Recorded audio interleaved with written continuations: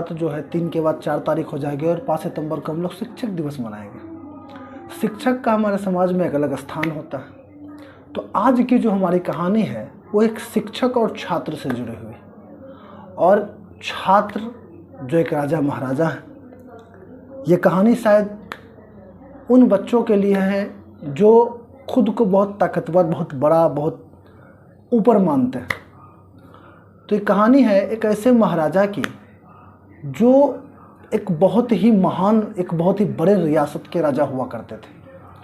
लेकिन वो अशिक्षित थे, वो पढ़े लिखे बहुत नहीं थे, लेकिन उन्हें पढ़ने का बहुत शौक़ था। वो चाहते थे कि वो भी पढ़ें। अपनी इस इच्छा को उन्होंने अपने रियासत, अपने साथियों से व्यक्त की। उनके दरबार में अनेकों मंत्री थे, अनेकों उनके सिपाही थे। तो अपने मंत्रियों से उन्होंने यह बात कही कि मेरे अंदर इच्छा है कि मैं भी पुनः एक बार शिक्षा ग्रहण करूं, मैं पढ़ूं, तो मेरे लिए कोई अच्छे गुरुदेव का प्रबंध कीजिए। यह बात उन्होंने भरे दरबार में घोषणा कर दी, और यह बात उन्होंने अपनी रानी से भी जाकर कहा कि मैं पढ़ना चाहता हूं। रानी ने भी कहा कि अच्छी बात है महाराज, एक राजा को शिक्षित होना ही चाहिए, तभी वो अच्छे से शासन चला सकता है। रानी ने भी उन्हें प्रोत्साहित किया। राजा को भी अच्छा लगा, उसे लगा कि मेरा बढ़िया निर्णय है, सब लोग सराह रहे हैं, मेरे मंत्री, मेरी पत्नी, सारे लोग सराह रहे हैं, तो अच्छा निर्णय होगा। और वाकई में पढ़ना अच्छी बात होती है। राजा ने पढ़ने का निर्णय किया। पूरे रियासत में सबसे श्रेष्ठ गुरु की खोज की गई। तो एक मुनिवर थे जो काफ़ी प्रसिद्ध थे, और कई राजा महाराजा, रियासत के युवराज उनसे शिक्षा ले चुके थे। उन्हें ढूंढा गया, उन्हें बुलवाया गया कि भाई महाराज आपसे मिलना चाहते हैं, महाराज आपसे शिक्षा लेना चाहते हैं। गुरुवर दरबार में हाजिर हुए। महाराजा के सामने उनको खड़ा किया गया। कहा गया कि भाई महाराज जो हैं वो महामहिम जो हैं आपसे शिक्षा ग्रहण करना चाहते हैं, तो आप इनको पढ़ाओ। अब भाई महाराज का आदेश या महाराज की इच्छा दोनों एक समान है। इच्छा हो या आदेश हो, कौन टालने वाला है। गुरुदेव ने भी कहा ठीक है, मैं इन्हें शिक्षा दूंगा।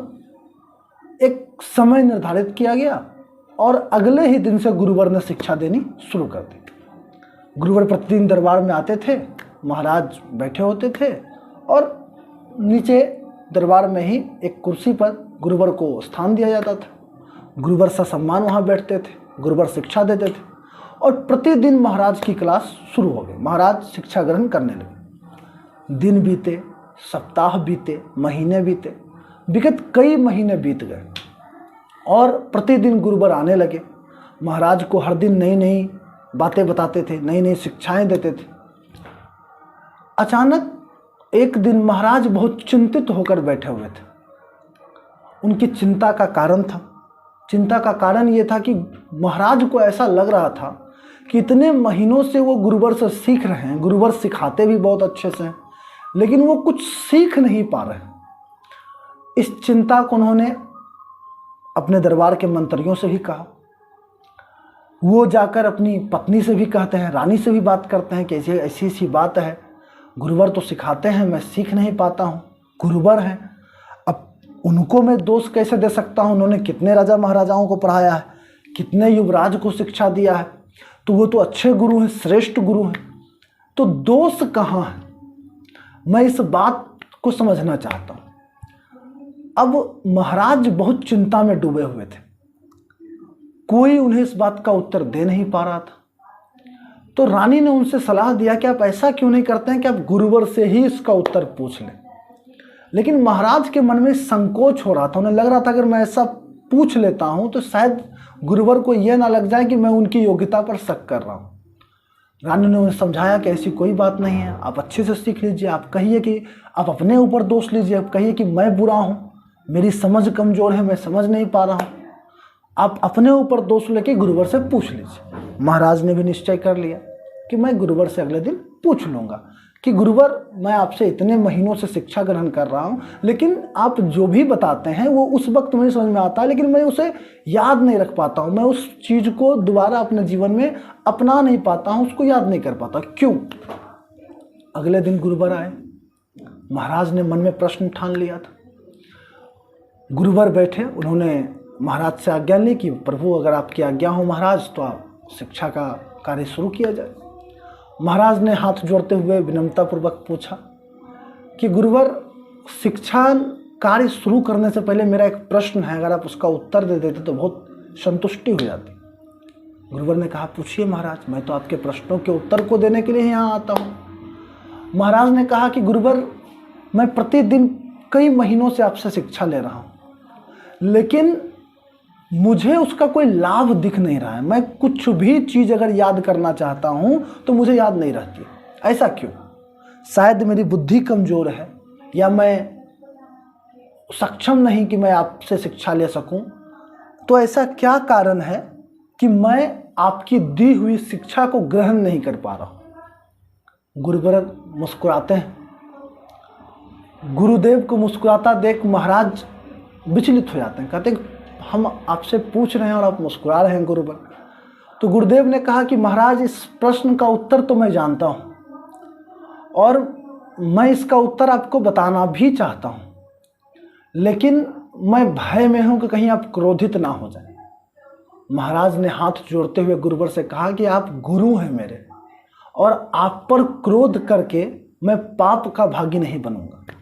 तो आप निडर होकर प्रभु आप मुझे सारी बात समझा सकते हैं। गुरुवर ने कहा कि मैं भी कई दिनों से सोच रहा था, कई महीनों से सोच रहा था, प्रथम दिन से ही चाहता था कि मैं आपको यह बात बताऊं, लेकिन महाराज मेरा इतना साहस नहीं हुआ कि यह बात मैं आपसे कह सकूं। तो महाराज ने कहा, ऐसी क्या बात है गुरुवर, बताइए। तो गुरुदेव ने कहा कि महाराज, इस समाज में गुरु को श्रेष्ठ स्थान दिया गया। माता पिता और गुरु तीनों पूजनीय होते हैं और हमेशा इन तीनों के चरणों में स्थान पाना चाहिए। लेकिन मैं आपके दरबार में आपको शिक्षा देने आता हूँ। आप ऊपर ऊंची गद्दी पर बैठे होते हैं और मैं नीचे यहाँ इस आसन पे बैठा होता हूँ। यहाँ मैं आपके चरणों में नहीं, आप मेरे चरणों में नहीं, बल्कि मैं आपके चरणों में होता हूँ। यहाँ विपरीत बातें होती हैं। एक तरह से आप मेरा अपमान प्रतिदिन करते हैं और इसीलिए आप मेरी दी हुई शिक्षा को ग्रहण नहीं कर पा रहे। ठीक उसी तरह जिस तरह से भगवान श्री राम ने जब लक्ष्मण जी को रावण के पास भेजा था कि जाओ मरते हुए रावण से तुम कुछ शिक्षा लेके आओ, और रावण जी रावण के शीश के पास जाकर बैठ जाते हैं लक्ष्मण और उससे शिक्षा मांगते हैं, और रावण उन पर क्रोधित हो जाता है। क्यों? क्योंकि हमेशा लेने का काम विनम्र होकर के। अगर आप किसी से कुछ सीखना चाहते हैं तो आपको विनम्र होना हो। गुरुवर की इन बातों को सुनकर महाराज को अपनी गलती का एहसास हुआ। वो अपनी गद्दी से उठते हैं और आकर गुरुवर के चरणों में दंडवत हो जाते हैं। गुरुवर उन्हें उठाते हैं और उन्हें यह बताते हैं कि महाराज, ऐसी कोई बड़ी बात नहीं हो गई कि आपने कुछ बड़ा अपराध कर दिया। आज से हम लोग समकक्ष होकर शिक्षा प्रदान करेंगे। महाराज ने कहा कि नहीं प्रभु, आप ऊंची गद्दी पर और हम नीचे बैठेंगे। और उस दिन से महाराज की गद्दी पर गुरुवर को बैठाया गया और गुरुवर जहाँ बैठते थे वहाँ महाराज बैठने लगे। शिक्षण काम शुरू हो गया। महाराज को धीरे धीरे बातें समझ में आने लगी। कहानी बहुत छोटी सी है दोस्तों, और काल्पनिक भी है। यहाँ बात छोटी सी है कि अगर आप अपने शिक्षकों का सम्मान करते हैं, उनके प्रति आदर की भावना रखते हैं, तो आपका लिया हुआ ज्ञान सार्थक सिद्ध होगा। अगर अपने से बड़ों के प्रति आपके मन में आदर नहीं है, सम्मान नहीं है, तो उनकी कही, उनकी दी हुई कोई बात, कोई ज्ञान, कोई धन आपके किसी काम का रहने वाला नहीं। तो हमेशा अपने से बड़ों का सम्मान करें, आदर करें और अपने माता पिता और गुरु को श्रेष्ठ स्थान दें। सदैव आप अपने जीवन में सफल होइएगा, यह बात आप याद रखिएगा।